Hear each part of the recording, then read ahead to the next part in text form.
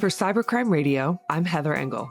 This is Redefining Authentication, a Cybercrime Magazine podcast series brought to you by Keyless Technologies, which offers strong, privacy-focused passwordless authentication that dramatically reduces ATO fraud whilst improving the user experience for customers in the workforce. To learn more about our sponsor, visit keyless.io. Joining me today is Paolo Gasti, co-founder and chief technology officer at Keyless. Paolo, welcome to the podcast. Hi, Heather, and thank you for having me today. So give us a little bit of an overview of what biometric authentication is and how existing biometric systems of local and centralized models work. So the idea of biometrics is to use some signals collected from a person, either from their body or their behavior, to authenticate them.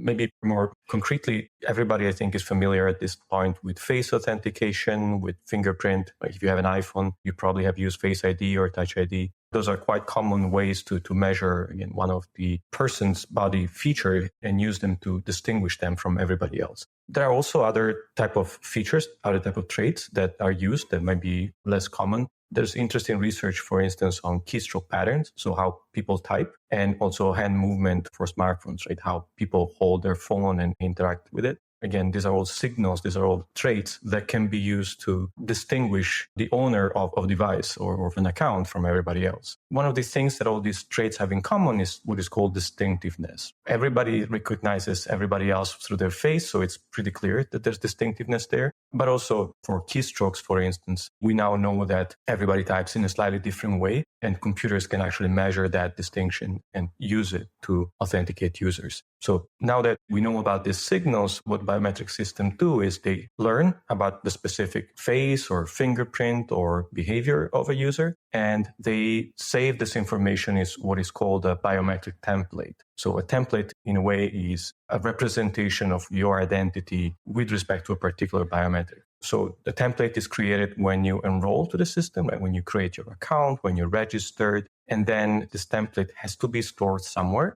And usually can be stored either on the device that you're authenticating to or on a remote server. So this is the basic idea behind biometrics.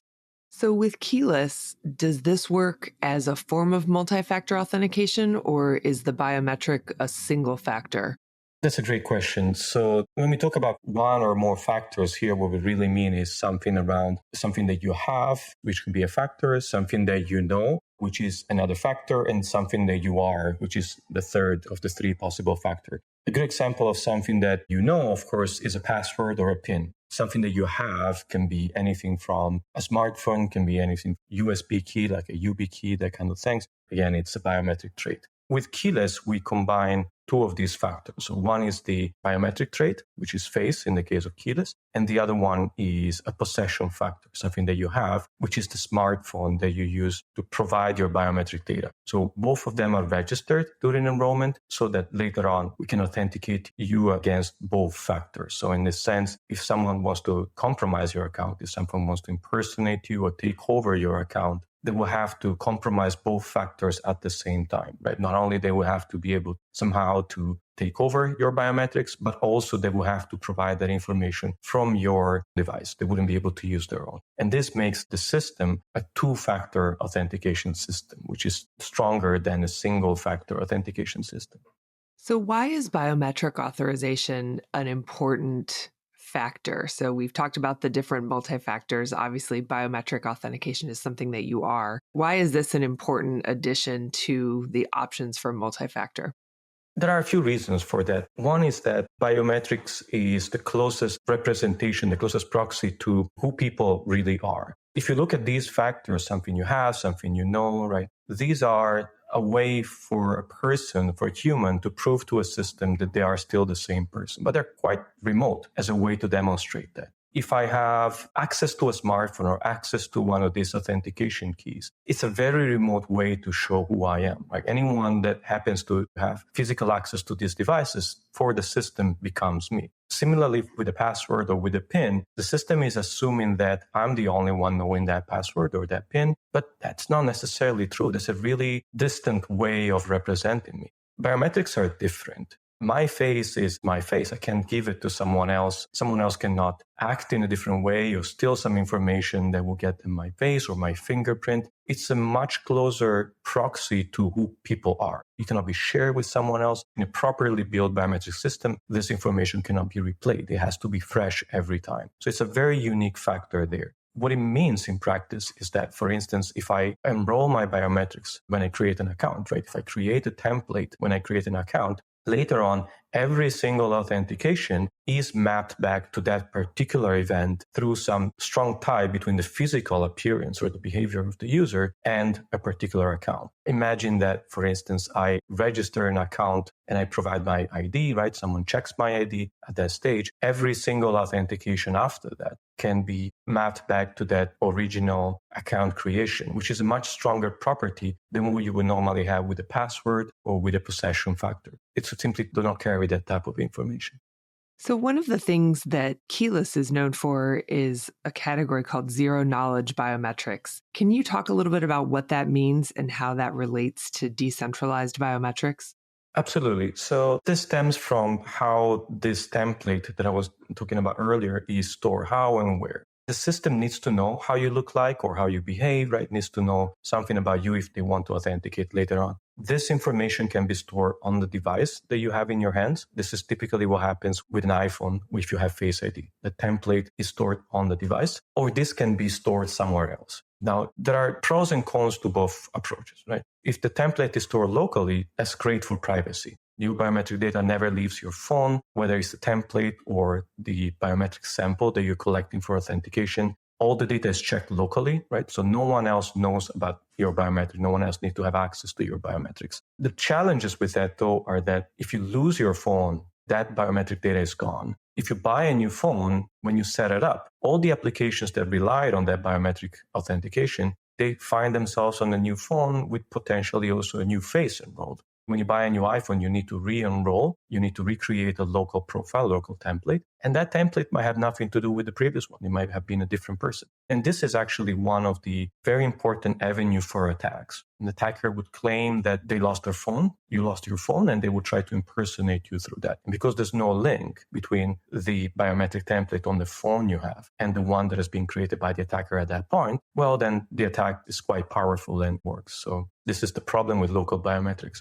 Anything that is outside of the device tries to address precisely these points. So, for instance, today, one common approach is what is called server-side biometrics, where the template, as soon as it's created, is immediately sent to a remote server, let's say, stored on the cloud. The plus side here is that if you lose your phone, it doesn't really matter because the template was never there. And if you have multiple phones, or if you update your phone, or if you replace your phone, it doesn't matter. You don't have to re-enroll. You can always check your biometric identity against this profile that exists in the cloud. In that side, this is a meaningful step forward. On the other hand, though, having this data in the cloud means that the cloud has access to it. So the privacy of these traditional server-side approaches is not really good.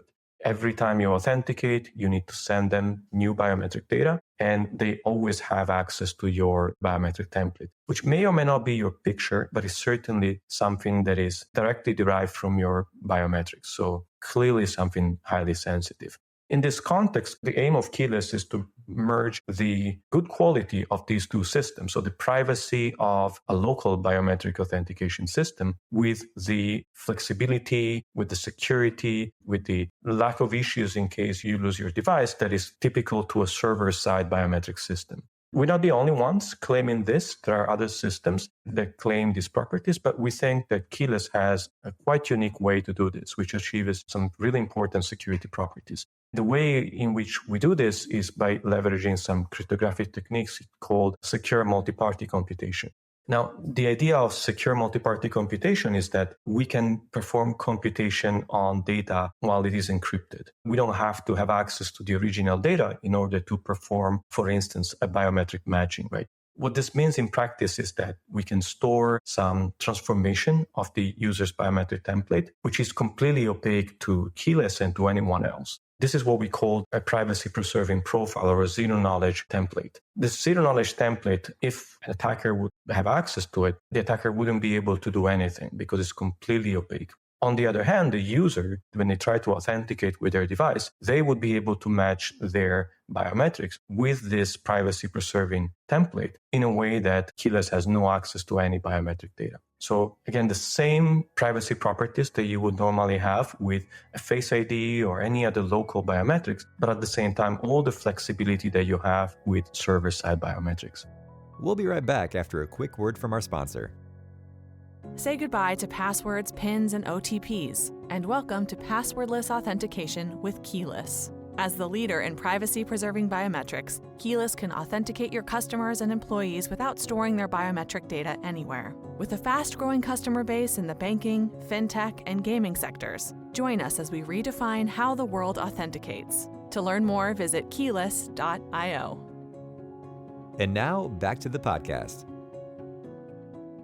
So with some of the evolving technologies and increasing privacy concerns that you just spoke about, where do you see the future of biometric authentication headed, and what role will Keyless play in shaping that future?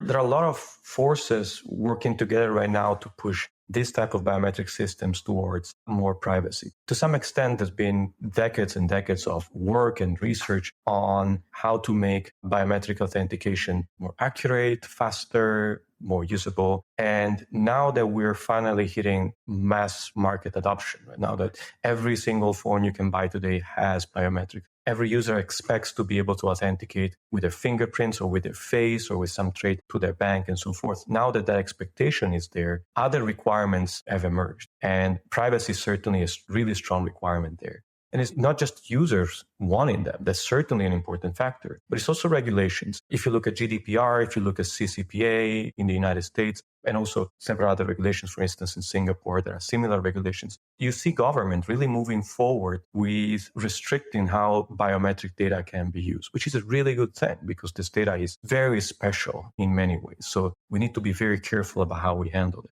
And what it means is that moving forward, there's going to be a really strong push towards systems that are privacy preserving. This local biometrics is going to be one way to address it, but it's going to be very limited. Clearly, Face ID and similar technologies are here to stay to unlock your phone when you want to access some local keys or when you want to unlock your phone when you turn it on. That technology there makes a lot of sense. But for anything that requires authentication outside of the device, think about authorizing a banking transaction, transferring some Bitcoins and whatnot, that kind of activity does and will require a different type of biometric authentication, one that is server-side rather than local. And that's where I think a lot of the regulations will push the industry and are already pushing the industry towards strong privacy, towards not having any biometric data in the cloud. And we're seeing many vendors actually starting to talk about cryptographic tools and tokenizations and so forth. And we think that Keyless fits really, really well in that space where we have a solution that is really strong and can really address a lot of these problems.